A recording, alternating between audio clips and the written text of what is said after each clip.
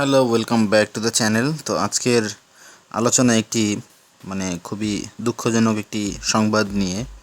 তাণ্ডব সিনেমার স্টান্টম্যান মনির হোসেন নামে একজন স্টান্টম্যান শনিবার রাতে মারা গিয়েছেন হৃদরোগে আক্রান্ত হয়ে। তো মনির হোসেন আসলে সিনেমার সেটে কাজ করছিলেন। কাজ করা অবস্থায় তিনি তার শট দিয়ে আসার পর মোটামুটি স্বাভাবিকই ছিলেন। ঘন্টা দুয়েক পর অসুস্থ বোধ করেন এবং তাকে তখন হাসপাতালে নিয়ে যাওয়া হয়। রাতে 8টার কিছু আগে রাজশাহী মেডিকেল কলেজ হাসপাতালে নিয়ে যাওয়া হয়। নিয়ে যাওয়ার পর ডাক্তাররা তাকে মৃত ঘোষণা করেন।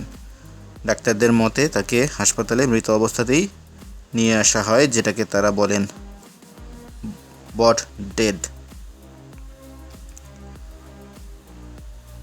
তো চিকিৎসকরা তখন পরীক্ষা নিরীক্ষা করে নিশ্চিত হন যে তিনি আগেই আসলে মারা গেছেন।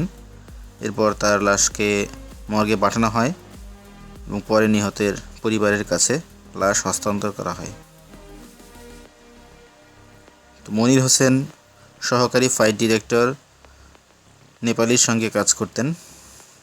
তিনি নারায়ণগঞ্জ নিবাসী।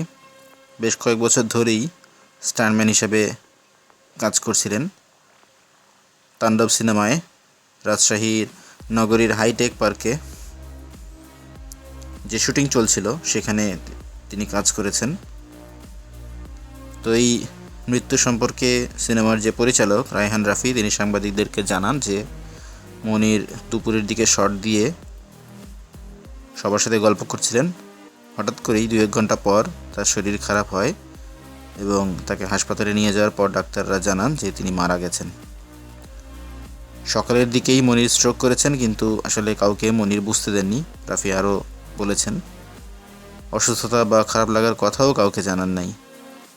অল্প বয়সে তার এমন মৃত্যু অবশ্যই অনেক কষ্টের। আমরা তার মরদেহ ঢাকায় তার পরিবারের কাছে পাঠিয়েছি। আমরা চেষ্টা করব তার পরিবারের পাশে থাকার।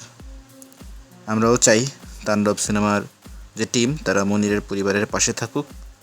পরিবারের কথা যেহেতু আসলো, ব্যক্তিগতভাবে মনির এক ছেলে এবং এক মেয়ের জনক।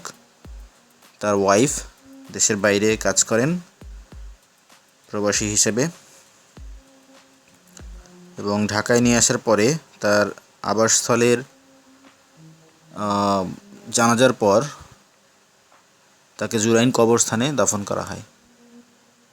তো আমরা মনিরের বিদেহী আত্মার মাগফিরাত কামনা করছি। তিনি যেন মৃত্যুর পরের জীবনে ভালো থাকেন, সেই দোয়াই থাকলো। আপনাদের কাছে আমাদের অনুরোধ থাকবে আপনারাও মনিরের জন্য দোয়া করবেন, সে যেন ভালো থাকে মৃত্যুর পরের জীবনে। সো এতক্ষণ ধৈর্য ধরে ভিডিওটা দেখার জন্য, শোনার জন্য সবাইকে ধন্যবাদ জানাচ্ছি। কথা হবে পরবর্তীতে অন্য কোনো ভিডিওতে।